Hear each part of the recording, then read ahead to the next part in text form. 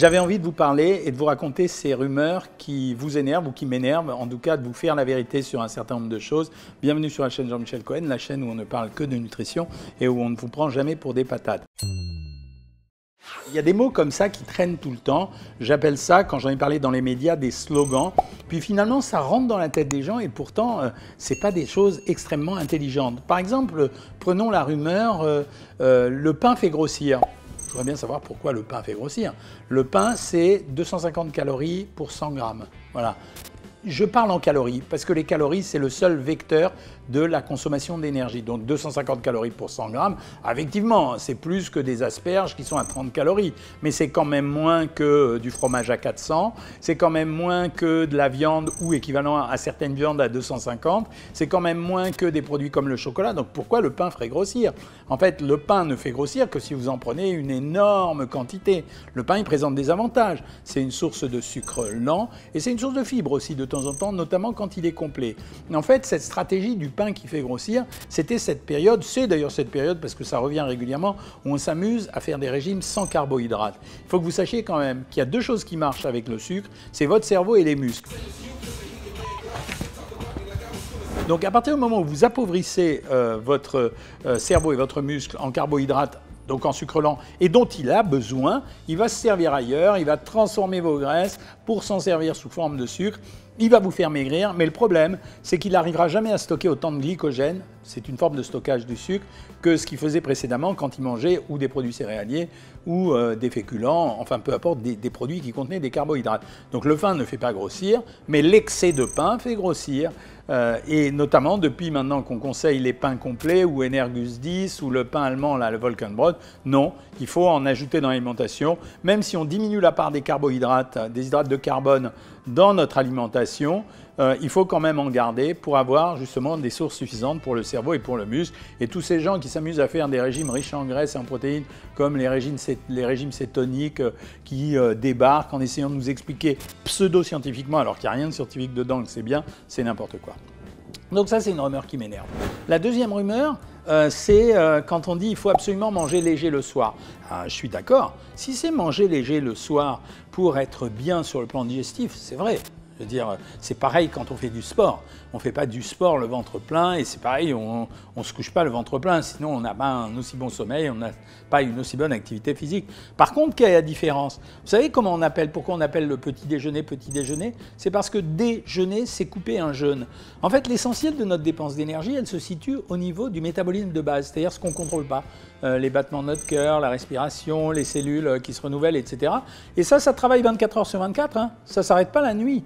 Donc ça veut dire que quand vous mangez plus le soir que le midi, ça ne changera rien au bilan énergétique qui se calcule sur une journée, voire même sur une semaine. Donc mangez léger le soir, ça vous fait plaisir, il n'y a pas de problème, mais ce n'est pas la recette pour maigrir. Ça n'intervient absolument pas, c'est juste une question de confort si vous en avez envie. Et si vous faisiez l'inverse, ça ne serait pas très grave. J'en veux pour preuve nos amis qui travaillent la nuit et qui, quand ils équilibrent bien leur alimentation, ont une alimentation souvent plus riche la nuit et qui pourtant fonctionne bien. Mais l'activité physique, ce n'est pas le plus gros de la dépense d'énergie. Pardon, d'un homme ou d'une femme, l'énergie dans la journée, c'est entre 250 et 400 calories. Et la dépense d'énergie dans une journée, c'est 2000 calories. Donc vraiment, c'est pas le plus capital. Dans les repas, tiens, ce qui m'énerve encore, le petit déjeuner, le repas le plus important de la journée. Mais mon œil, ça a été une invention des gens qui fabriquent les céréales du petit déjeuner parce qu'ils se sont dit, c'est super, si on flatte le petit déjeuner, on vendra plus de céréales du petit déjeuner.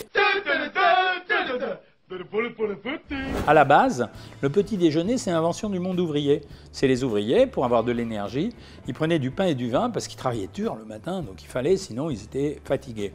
Puis ensuite, c'est rentré dans les habitudes, mais par contre, progressivement, ce petit déjeuner, il s'est transformé. Historiquement, vous savez même qu'en France, on est passé de 1 à 4 repas par jour selon les périodes. Là, on est sur le modèle à 3 repas par jour depuis le XXe siècle. Mais avant, on était à 4 repas. Il y avait le souper, le dîner, le déjeuner, le petit déjeuner. Puis aujourd'hui, on a 3 repas par jour. Le petit déjeuner est-il le repas le plus important de la journée? Oui. Il est important, pas le plus important, pour ceux qui ont l'habitude d'en prendre un. Si vous leur coupez l'habitude de prendre le petit déjeuner, ils ont une performance qui est moins bonne dans la matinée. Mais il y a des gens qui n'ont pas faim au petit déjeuner, ça s'appelle l'horloge biologique personnelle, et cela, ça ne sert à rien de les forcer. Donc, et d'ailleurs, on voit bien quand on fait le jeûne de 16 heures, le jeûne Cohen de 16 heures, on voit bien que le petit déjeuner, on pourrait s'en exonérer. Je n'ai pas dit de le faire, j'ai dit simplement que ce n'est pas une obligation. Pour les enfants, c'est plus intéressant quand même parce que les enfants, ils ont une grosse dépense d'énergie dans la matinée et il faut les nourrir à intervalles réguliers.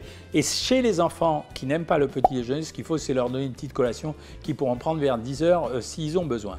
Quatrième rumeur, on ne mange pas de fruits près des repas. Ah ouais, pourquoi ?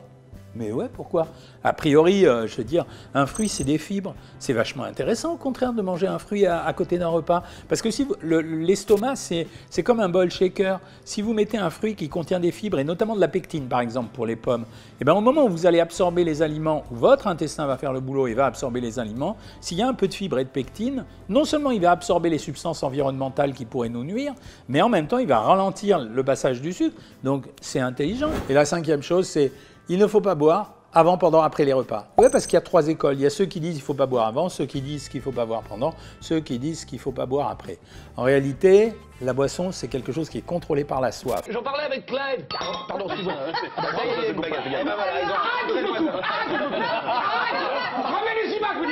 Il faut savoir que les aliments contiennent de l'eau. L'essentiel, notre alimentation d'une journée apporte 1,5 litre d'eau déjà par jour.